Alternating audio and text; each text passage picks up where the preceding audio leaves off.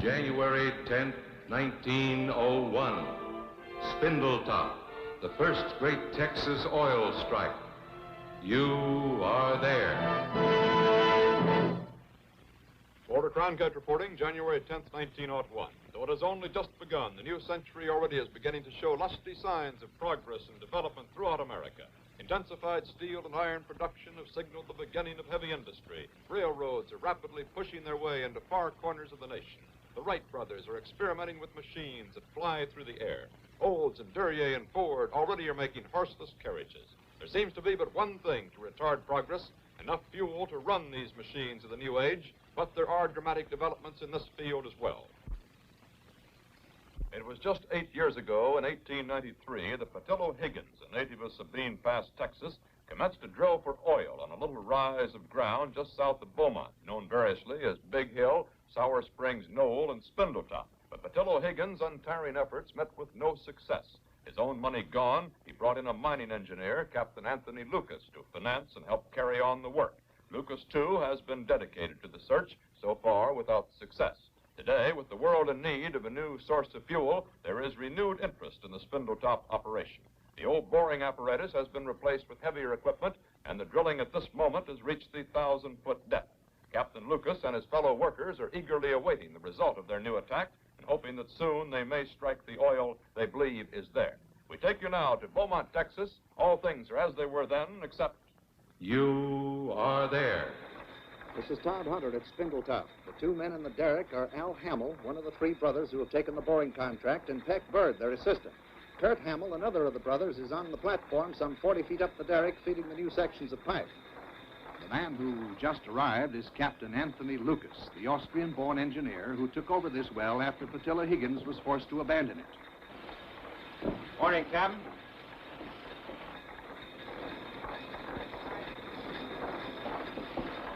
Good morning. Well, I got that fishtail bit in. That's what I figured. Does she seem to be biting all right? Oh, yeah, it's taking it much better. Believe this will get us by that slanting rock formation, throwing us off. Good, keep it going about that speed, will you? That's good. How much pipe have you got down so far? Oh, I'd say about 700 feet, wouldn't you, Peck? Yeah, I'd guess about that much. 300 feet more, and then we ought to know where we're going. Yeah, that's right. Well, I'll be back by the time you get that depth. I'm going into Beaumont. I've got a few things I want to do. Good, speed it up a bit, will you? All right. All right. You want me, come on over to the house. Mrs. Lucas will know where I am. Right. Oh, Captain Lucas, just a moment. Yes, what is it? This well, is it the same location as the one that was sunk some time ago by Patillo Higgins, the first one? Practically the same. The original Higgins drilling was over there just a few feet, right over there. Still, Higgins wasn't successful in striking oil here. Well, he had the right idea, but he ran out of money. And you feel you'll have better luck? About the money? No, I ran out, too. I had to get Eastern financing before we could go on. You seem pretty convinced you're going to strike oil here. I am positive we will, sooner or later. Hey, Lucas. Captain Lucas, hi. Hey, hello, Charlie. What's on your mind?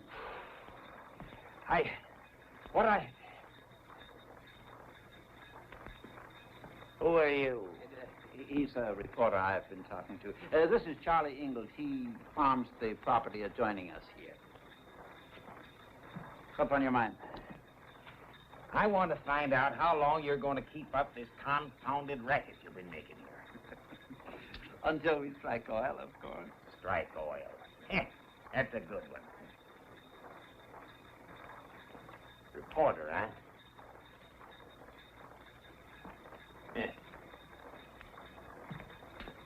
You know, Captain, I used to think you was a pretty sensible man. Now I'm beginning to think you're as loony as Patillo Higgins. Well, of course, only time can tell about that. But about this noise, does it really bother you so very much? Me? No, don't bother me. It's my head. You got 'em half crazy. I used to get 3 dozen eggs a day. Well, we seem to be involved in a private argument here. For another viewpoint on Spindletop, we switch to the barber shop in Beaumont.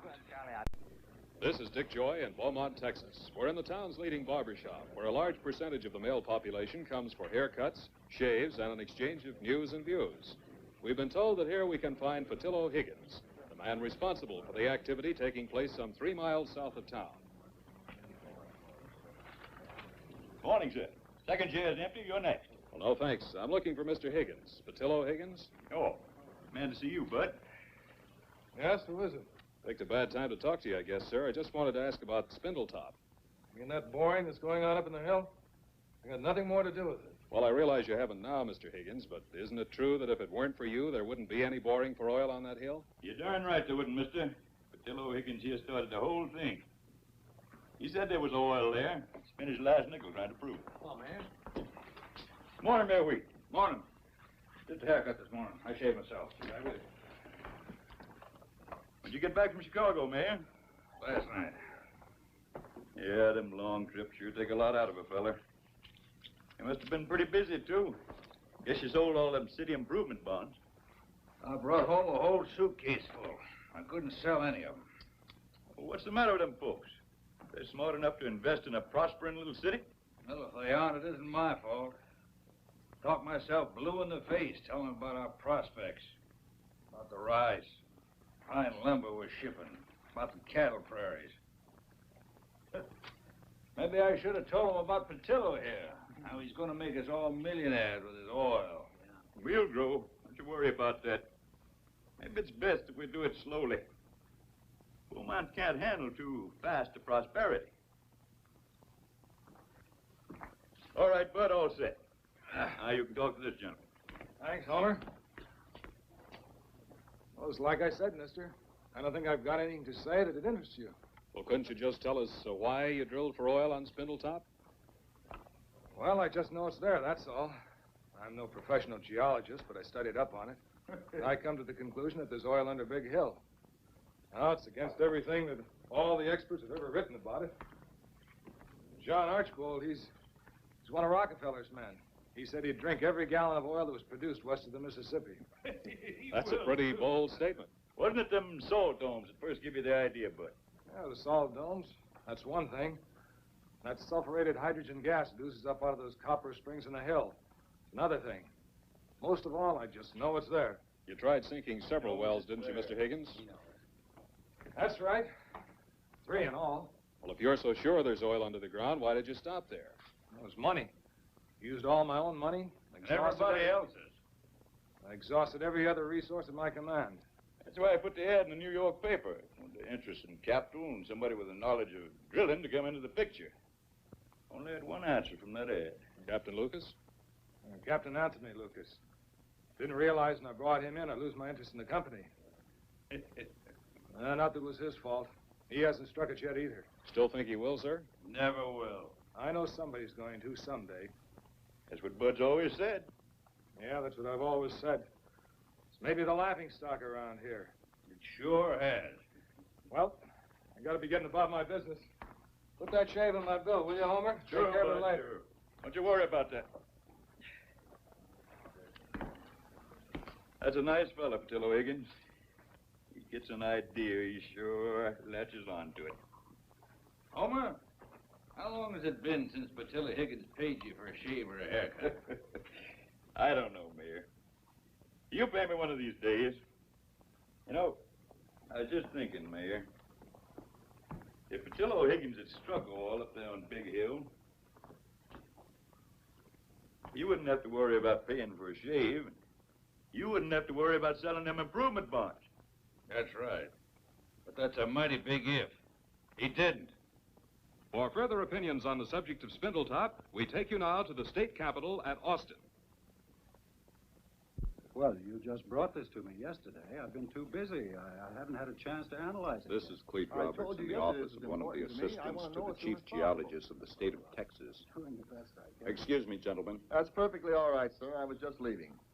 Sir, could we interrupt your work long enough to get an opinion from you on Spindletop? If you'll try to come back tomorrow, I'll have a report for you. Thank you. Spindletop? What about it? Well, your chief, Mr. Dumble, sent you there to look over the situation, did he not? That's right. At the request of a man named Patillo Higgins, who proposed to bore for oil somewhere on a hill. Apparently, you weren't much impressed by the prospects. I told Mr. Higgins he was wasting his time and money if he looked for gas or oil anywhere on the coastal prairie. Why did you say that? Rock, my friend, is necessary before you find oil. Anywhere. Take the immediate section in question. Now, here's Beaumont. A few years ago, a water well was drilled at the county courthouse here. It went down 1,400 feet, and there was no sign of rock. As we understand it, Mr. Higgins and now Captain Lucas are going on the premise that the salt domes around Spindletop indicate oil deposits under the ground. Well, that theory is entirely without scientific basis. Oh, I'm not alone in my opinion.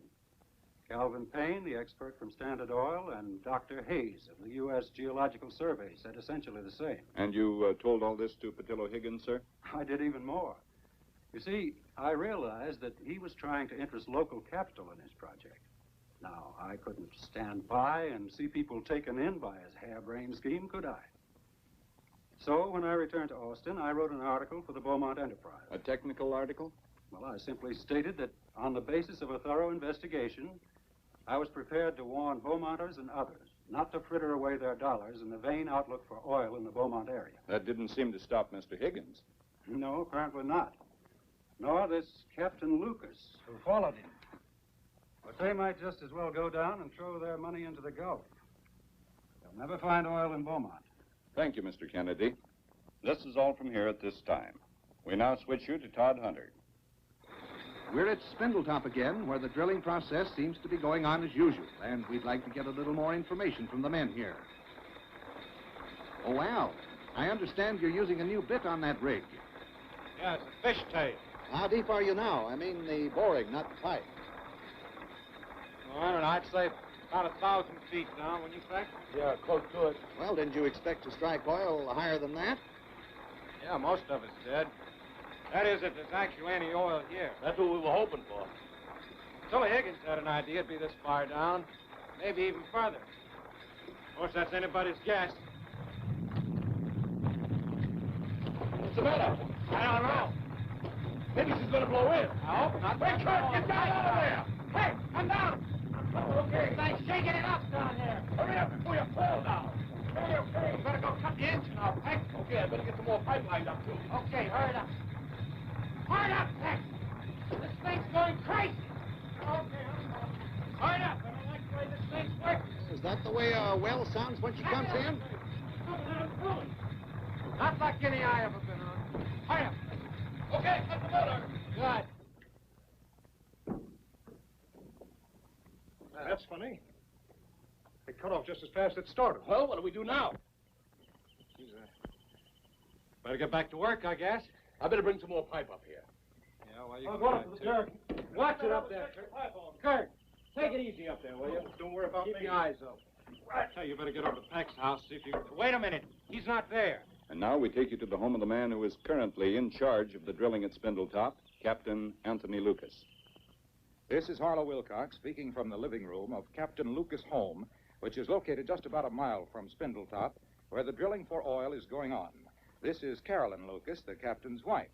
Mrs. Lucas, Yes? do you expect the captain home soon? Well, I can't really say. He's gone into Beaumont on business. But if you want to see him, I think you can find him at Louis Mayer's store on Cronkite Street. Oh, there isn't any rush. Perhaps we could talk to you for a minute.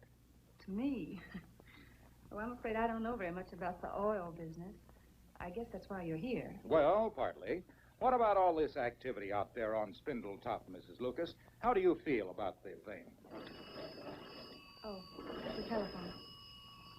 That's not our ring. I was about to say, how do you feel about Captain Lucas' search for oil? Well, I'm not the expert. He believes there's oil out there. That's good enough for me. It's taken a lot of money, I'm sure. Yes? Just about everything we had. Has he ever thought of giving it up? Yes. He spoke to me about it a while ago. But I knew he was thinking more about his family than he was about his search for finding oil.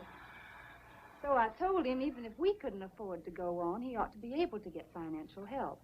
And he did. That's when Gailey and Guffey came in? Yes. Oh, Mr. Gailey's been awfully nice. He told me privately that if I needed anything for us, to let him know. Of course, I wouldn't. Anthony wouldn't like it that way. No, we've managed to get along. And I'm sure you've been a great help to the captain. What was that? Sounded like it came from the well. It was in that direction. Look. That's oil gushing up. Oh, I hope so. I hope so. And it's steady. It doesn't seem to be letting up at all. If it is oil, Anthony's won. It's all over. Who is it? Peck Bird, Mrs. Lucas. Oh, come in, Peck. Do you know where the captain is? Yes, I think so. He said he'd be at Louis Mayer's store. Look at that thing go. Is it oil? Looks like oil. Smells like it. It's got to be oil, Mrs. Lucas. Look at that. Try to get hold of the captain right away, will you? Yes, I'll try to get him. Mary, I've got to get hold of Captain Lucas This right is really away. a gusher, Mrs. I Lucas. think he's at Mayer's store. Will you ring there, please, and hurry? What happened, Peck? I hardly know myself. There was a big rumble, and all of a sudden the oil Hello, just came up out of the Anthony? ground. Something terrible's happened at the well. I don't know what. It's shooting way up in the air. I can even see it from Please, here. Mrs. Lucas, tell him to hurry, will you? Yes. Peck Bird's here. He says you've got to come right away. Yes. All right. Oh, what a gusher.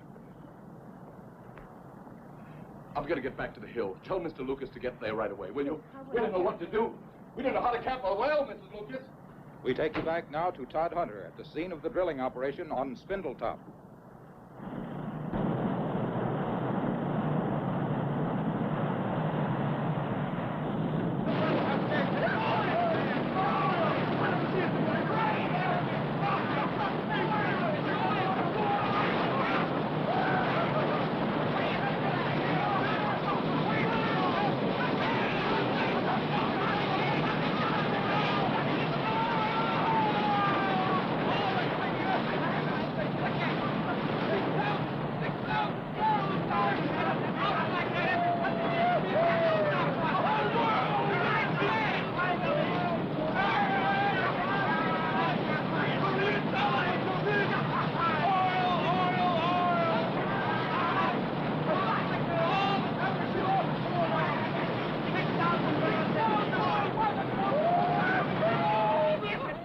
Switch you now to Dick Joy for a report on the reactions to this big strike in Beaumont.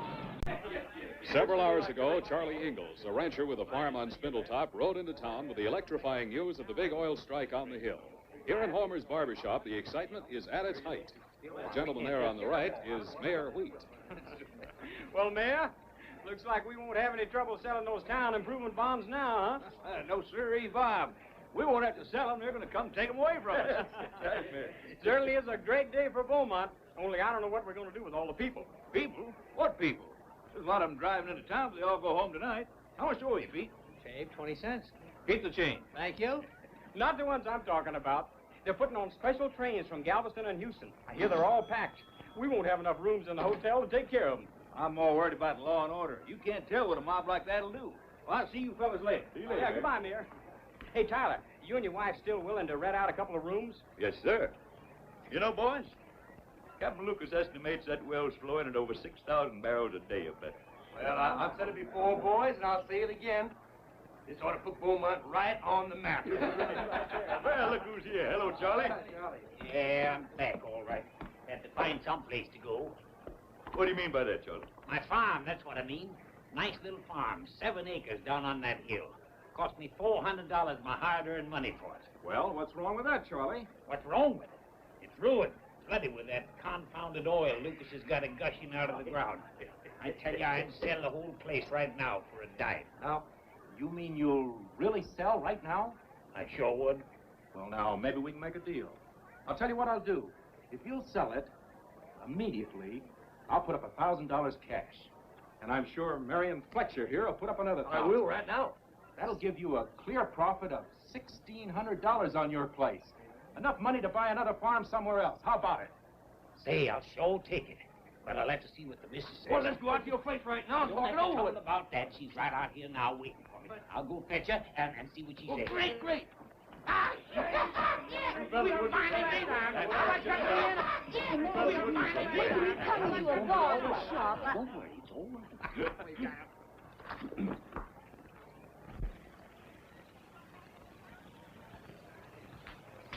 And a woman's been in this shop for 28 years. So it is, Homer. Now, honey, Bruce Greaves and Marion Fletcher here have just made me an offer, and I think we ought to take it. They'll give us $2,000 for the farm, just like it is now. How do you feel about it, ma'am? No. I see why they want to buy. There's probably oil under the farm. But $2,000. You can take the $2,000 if you want to. But I want another 1,000 for myself. But that makes it 3. Brucey and I are only prepared to offer 1,000 apiece. Looks like you haven't got a deal, Mr. Fletcher. It's $3,000 or nothing. Ma'am, I heard the offer my brother made you, and I heard your counteroffer. It sounds reasonable enough. Tell you what I'll do. I'll put up the other 1,000 and take a third interest. That is, if it's all right with Bruce and you, Marion. Well, that's good with me. And it's a deal, ma'am? It's a deal. Is it a deal? Ah, come on, let's go. Come on, boys, we're going to celebrate. Come on. Hey, look who's here. Patillo Higgins is back in town. Sure glad you kept that farm up on the hill. I know. Jim Collier told me about it as I was coming into town. You can see it from outside there. Everybody in town calling you the millionaire now, except they mean it this time. Everybody thinks you're the smartest man on earth. That's good.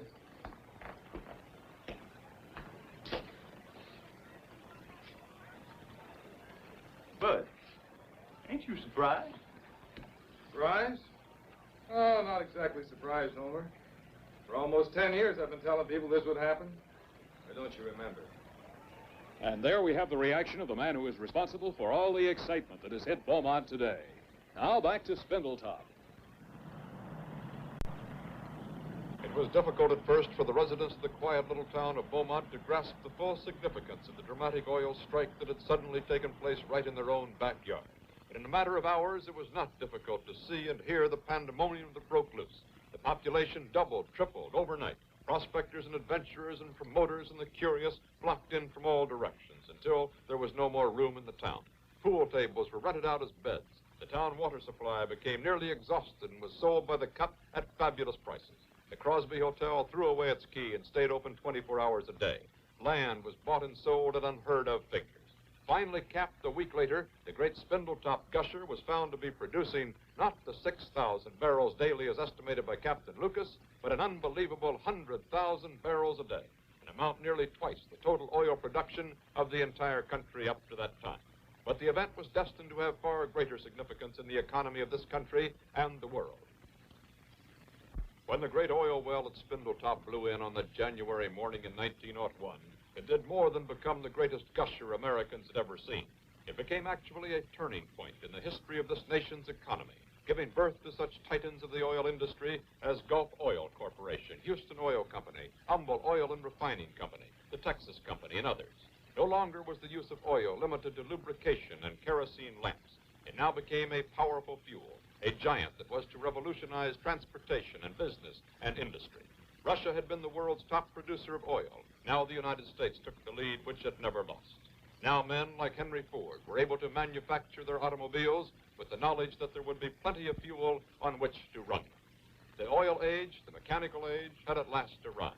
And much of the credit must go to a man from Sabine Pass who had a dream and would never give up. January 10th, 1901, the day the great Spindletop gusher blew in. What sort of a day was it?